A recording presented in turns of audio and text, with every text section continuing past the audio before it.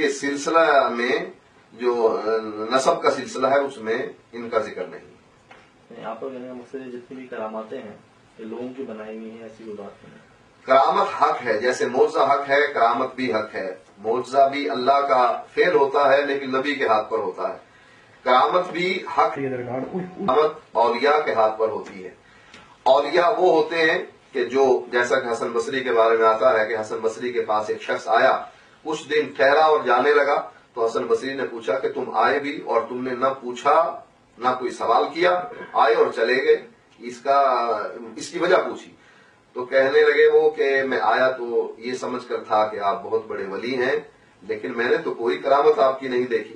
تو حسن بصری نے اس موقع پر کہا کہ اللہ کا ولی وہ ہوتا ہے کہ جو کتاب و سنت پر چلے. کیا تم نے جتنے دن یہاں رہے ہو ایسی کوئی، یعنی ایسا کوئی لمحہ دیکھا ہے کہ میں نے کتاب و سنت کی خلاف ورزی کی ہو؟ تو کہنے لگا نہیں. کہا اولیاء کی نشانی یہی ہے کہ وہ کتاب و سنت کی خلاف ورزی نہیں کرتے. اگر تمہارے سامنے لوگ ہوا میں اڑ کر دکھا دیں، پانی پر یعنی مصلی رکھ کر اس پر نماز پڑھنے لگ جائیں، یا اور اس قسم کے جو جگلری ہے، جادوگری ہے وہ کر کے دکھائیں، ان کو اللہ کا ولی نہ سمجھنا. لہذا جو یہ کرامت مشہور کر دی جاتی ہے کہ جس کا تعلق ایسے ہوتا ہے کہ اللہ تعالیٰ کی صفات میں یہ لوگ داخل ہو جاتے ہیں. مثلا انہی کے بارے میں یہ آتا ہے بری سرکار کے بارے میں کہ ایک عورت آئی اور آ کر کہنے لگی کہ میرے ہاں اولاد نہیں ہے، میں اولاد چاہتی ہوں. دو بزرگ تھے، ایک شاہ حسین چراغ تھے اس زمانے میں یہاں پر راولپنڈی میں، اور دوسرے عبداللطیف بری سرکار تھے. تو وہ پہلے تو شاہ حسین کے پاس گئی. وہ کہنے لگے کہ بیوی تمہاری قسمت میں لڑکی ہے، لڑکا نہیں ہے. یہ مایوس ہوئے. کسی نے بتلایا کہ یہاں دوسرے بزرگ ہیں ان کے پاس آپ جائیے. تو یہ بری سرکار کے پاس گئے تو وہ بھی کہنے لگے کہ لڑکی آپ کی قسمت میں ہے، لڑکا نہیں ہے. تو یہ کہنے لگے آپ دعا کیجئے، اللہ آپ کی دعا قبول کرے گا.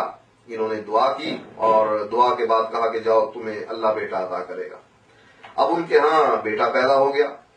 بیٹا پیدا ہونے کے بعد وہ شاہ حسین چراغ کے پاس پہنچی اور کہنے لگی کہ آپ نے تو یہ کہا تھا کہ میری قسمت میں جو ہے وہ اولاد ہے لیکن لڑکی ہے، لیکن میرے ہاں لڑکا پیدا ہوا. کہا دیکھو یہ لڑکا نہیں لڑکی ہے. اس عورت نے دیکھا تو لڑکی نکلی.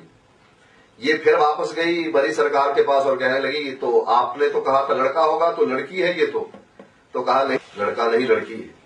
اس عورت نے دیکھا تو لڑکی نکلی. یہ پھر واپس گئی بری سرکار کے پاس اور کہنے لگی تو آپ نے تو کہا تھا لڑکا ہوگا، تو لڑکی ہے یہ تو کہا نہیں یہ لڑکی نہیں لڑکا ہے. اس نے دیکھا تو لڑکا بن گیا. اب یہ دوبارہ گئی اس شاہ حسین کے پاس اور کہنے لگی کہ آپ کہتے تھے یہ لڑکی ہے، یہ تو لڑکا ہے. کہنے لگا بیوی یہ جو نسل ہے یہ بدلتی نہیں ہے، آپ دیکھو یہ لڑکی ہے. اس نے دیکھا پھر لڑکی بن گئی. پھر یہ دوبارہ بری سرکار کے پاس گئی اور کہنے لگی کہ دیکھو یہ لڑکا جو ہے نہیں ہے، یہ تو لڑکی ہے.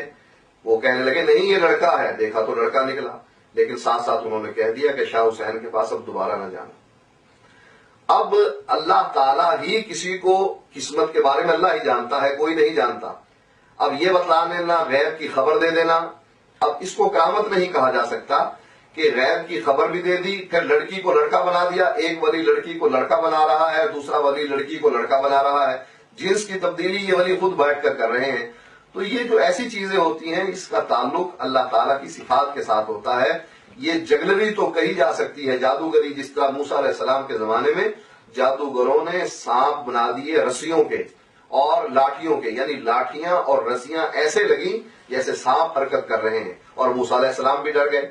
تو جگلری اور چیز ہے، کرامت اور چیز ہے.